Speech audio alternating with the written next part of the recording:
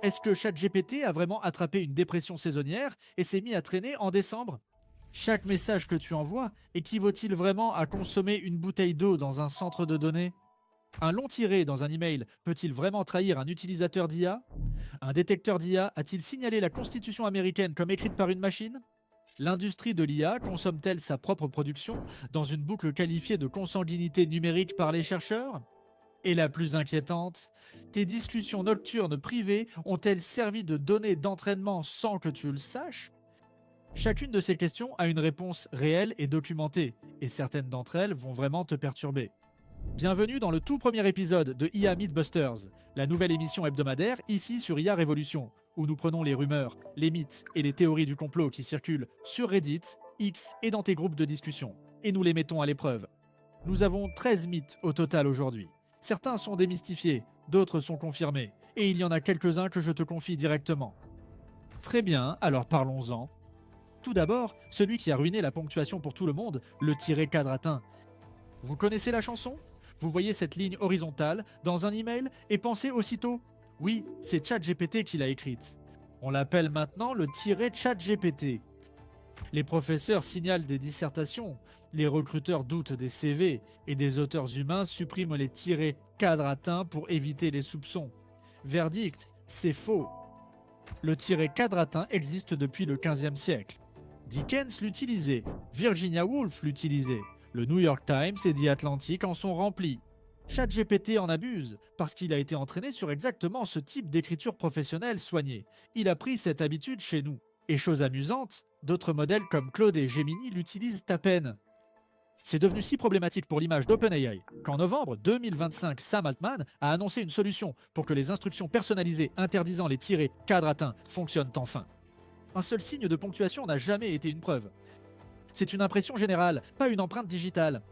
Cela nous conduit au deuxième mythe. Si la ponctuation ne détecte pas l'écriture IA, les détecteurs d'IA le peuvent-ils vraiment? C'est tout l'argument de vente. Turnitin affirme une précision de 98%, Winston IA affirme 99,98%. Ça a l'air infaillible.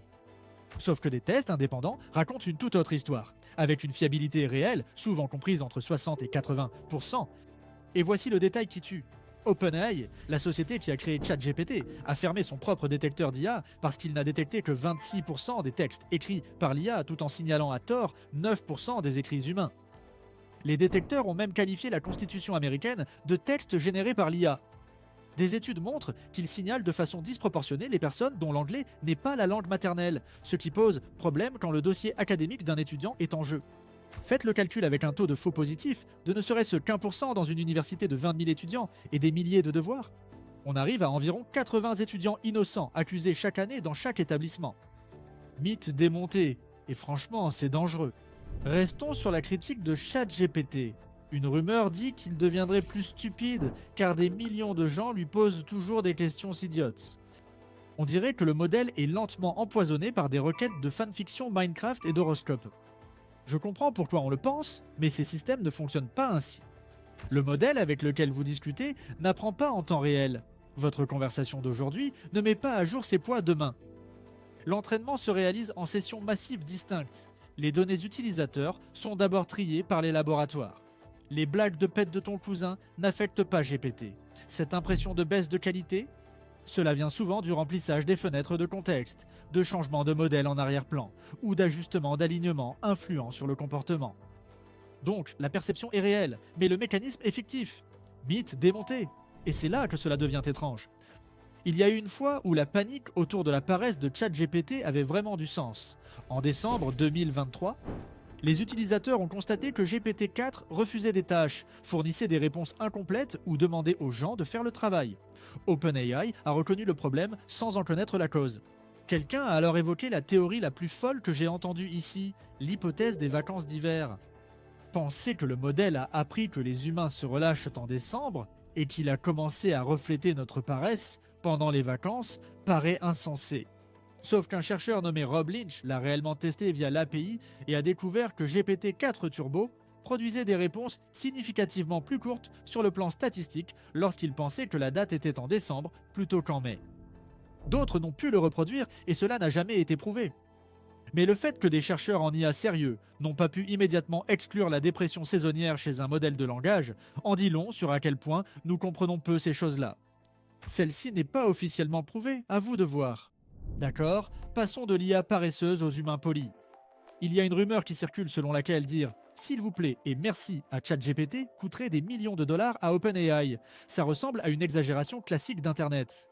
C'est confirmé par le PDG lui-même. En avril 2025, quelqu'un sur X s'est demandé combien d'argent OpenAI perdait à traiter la politesse. Et Sam Altman a répondu que cela représentait des dizaines de millions de dollars. Puis il a ajouté, je cite, « bien dépensé, on ne sait jamais ».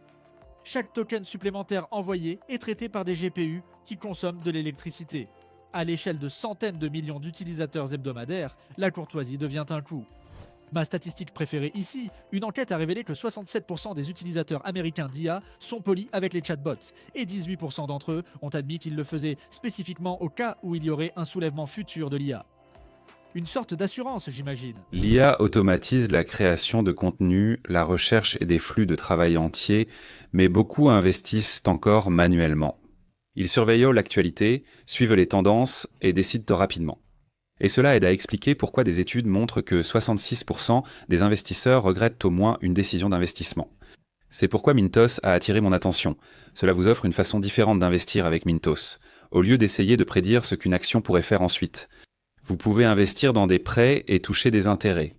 Le rendement est fixé à l'avance, les paiements pouvant être quotidiens. En tant que revenu passif, vous pouvez filtrer par rendement, risque, horizon temporel, pays et devise. Pour une configuration plus automatisée, Mintos propose aussi des portefeuilles automatisés. Le taux d'intérêt moyen actuel sur les prêts est de presque 11%, ce qui est vraiment élevé pour un revenu passif. Mintos est en activité depuis 2014, compte plus de 600 000 utilisateurs et est réglementé dans l'UE sous MiFID. Actuellement, en venant via notre chaîne, recevez un bonus exclusif pouvant aller jusqu'à 350 € pour un investissement à partir de 500 €. Cliquez sur le lien en description ou scannez le QR code. Des rendements stables, pas de surprise et en plus un bonus. Ne ratez pas cette occasion et bonne chance. Et en parlant du coût réel de vos requêtes, le plus important, chaque prompt envoyé à ChatGPT consomme l'équivalent d'une bouteille d'eau. Vous avez vu ça partout. Voici d'où cela vient. Une étude de l'EUC Riverside de 2023 a estimé que GPT-3 utilisait environ 500 ml d'eau pour 20 à 50 requêtes. Ensuite, le Washington Post, en collaboration avec le même chercheur, a reformulé cela en disant que 519 ml étaient nécessaires pour un seul email de 100 mots avec GPT-4 et ce graphique est devenu viral. Le problème ? Ce chiffre correspond à l'ensemble du cycle de vie. Il inclut l'eau utilisée pour produire l'électricité dans les centrales, dont une partie s'évapore des lacs de barrage qui existeraient de toute façon. Une analyse indépendante et détaillée a soutenu que le chiffre viral est surestimé entre 50 et 250 fois et a estimé le coût réel par requête à quelques millilitres seulement. Le chiffre avancé par Altman est de 0,32 millilitres, soit environ 1/15 de cuillère à café.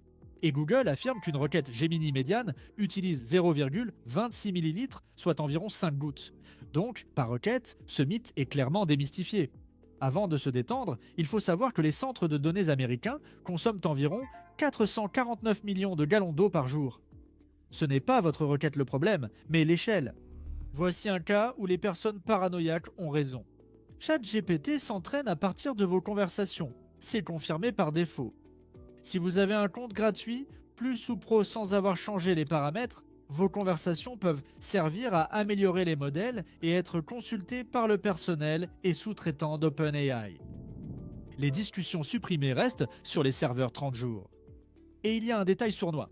Même si vous désactivez cette option, cliquer sur le pouce levé ou baisser sur une réponse remet cette conversation spécifique à des fins d'entraînement. La solution prend 20 secondes paramètres, contrôle des données, désactiver, améliorer le modèle pour tout le monde.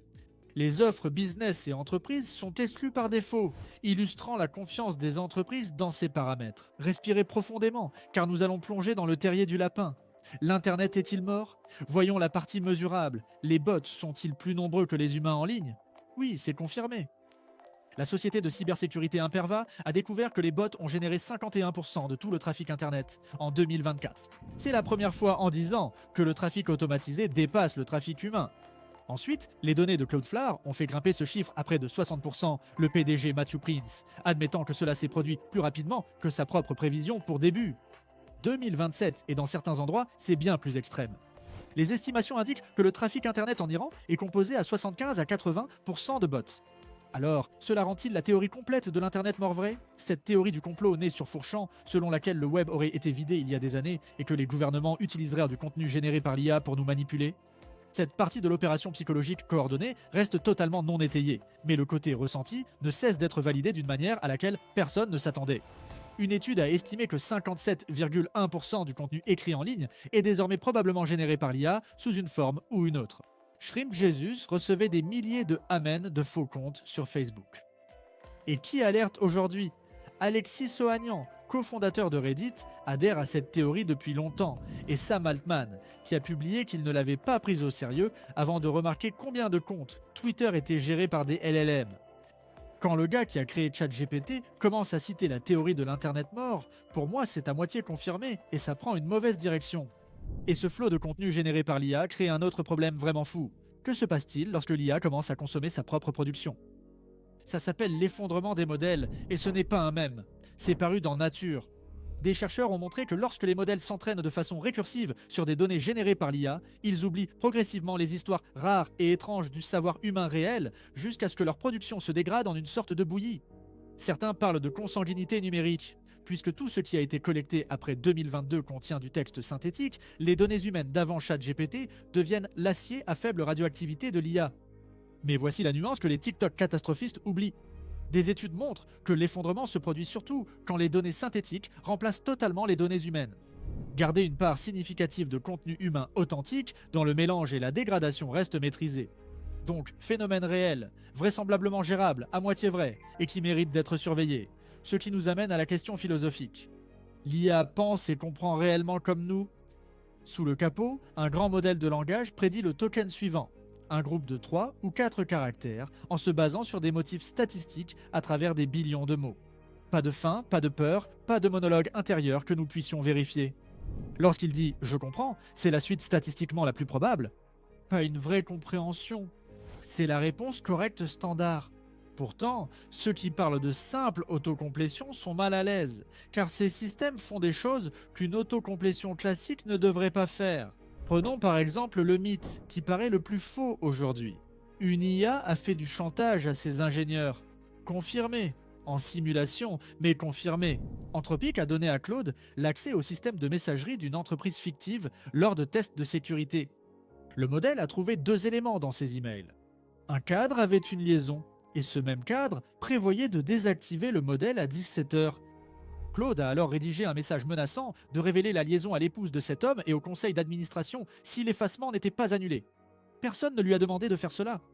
Claude Opus 4 a opté pour le chantage dans 96% des essais.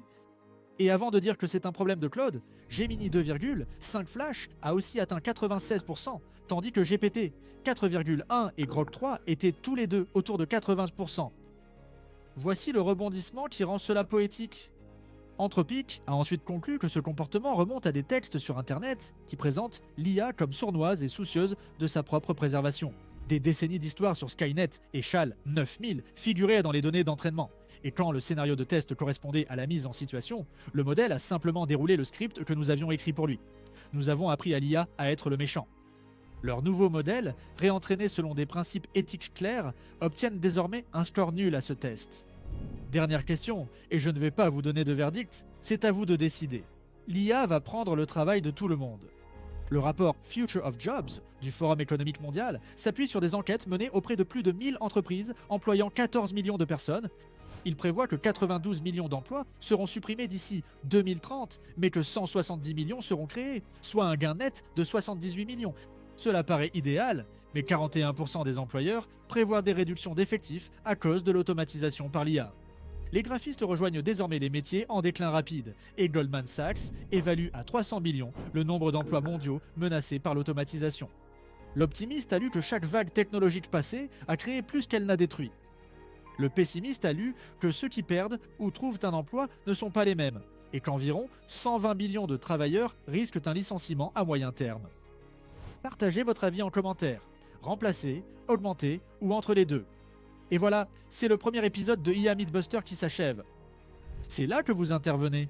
Cette émission dépend de vos contributions, alors partagez en commentaire les rumeurs, mythes et théories du complot sur l'IA les plus folles que vous avez vues. Qu'il s'agisse de quelque chose vu sur Reddit, entendu d'un collègue, ou d'une affirmation tirée d'une vidéo virale qui vous a semblé douteuse. Les meilleurs seront intégrés à l'épisode suivant, et je les démystifierai ou confirmerai devant la caméra. Si ce format vous plaît et que vous souhaitez une nouvelle série de mythes chaque semaine, abonnez-vous et activez les notifications pour ne rien manquer. Merci d'avoir regardé, je vous suis reconnaissant à tous et on se retrouve dans la prochaine vidéo.